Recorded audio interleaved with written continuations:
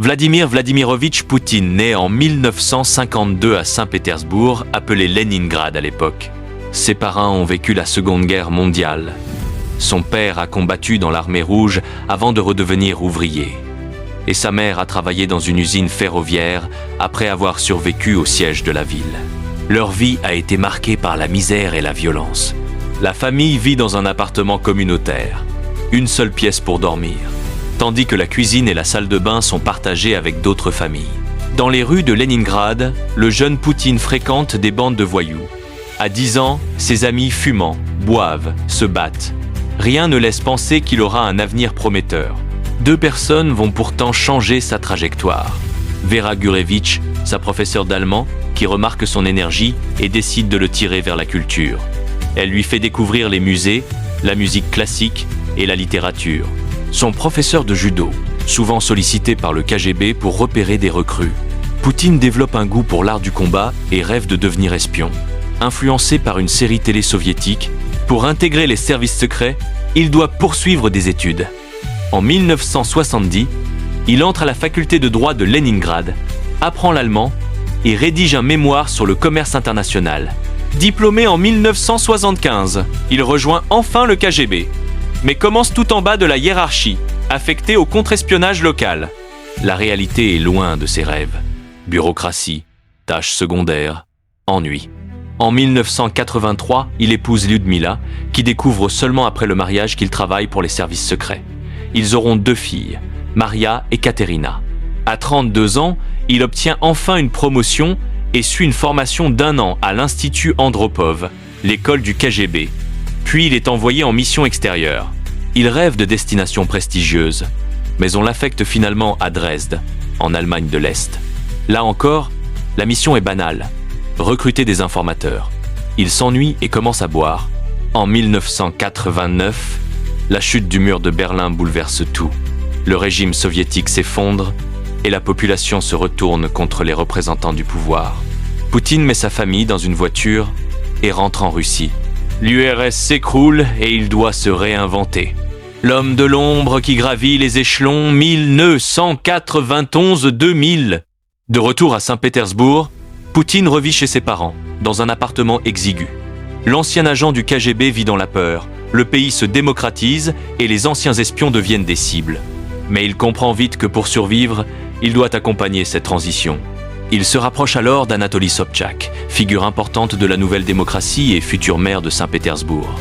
Poutine devient son conseiller discret, mais influent.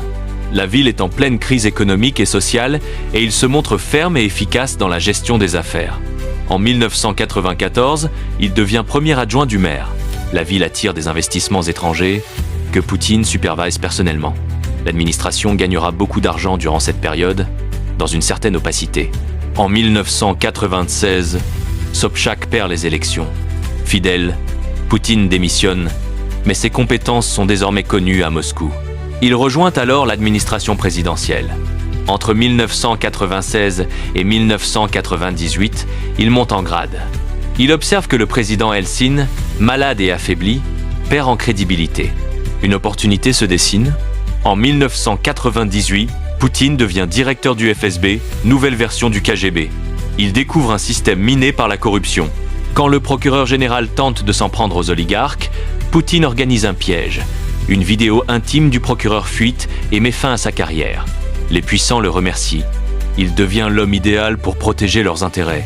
En 1999, un groupe d'oligarques, dont le milliardaire Berezovski, décide de soutenir Poutine comme successeur d'Eltsine. Celui-ci est nommé Premier ministre. Pourtant inconnu du grand public, il se révèle rapidement durant les attentats qui frappent la Russie. Il accuse les séparatistes tchétchènes et lance la Seconde Guerre de Tchétchénie, gagnant en popularité.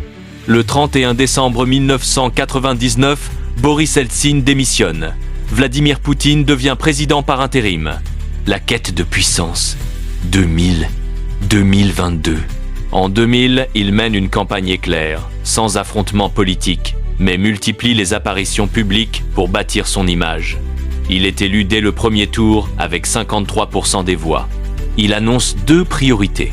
Améliorer le niveau de vie des Russes, restaurer la puissance internationale de la Russie. Il emprunte aux trois grandes identités du pays soviétique, tsariste et occidental, pour créer une nouvelle unité nationale.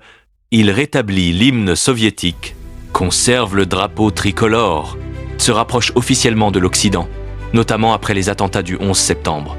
C'est la naissance du consensus poutinien. Malgré un système autoritaire, la situation économique s'améliore, donc le peuple le soutient. Son deuxième mandat, à partir de 2004, marque un virage beaucoup plus dur. Discours nationaliste. Rejet de l'Occident, affirmation que la chute de l'URSS est une catastrophe historique. En 2007, lors de la conférence de Munich, il attaque frontalement les États-Unis et l'OTAN. Ce tournant correspond au moment où des pays comme l'Ukraine et la Géorgie se rapprochent de l'Ouest. À partir de là, Poutine s'affirme comme le chef d'une Russie qui veut retrouver son statut de grande puissance, quitte à raviver les tensions héritées de la guerre froide.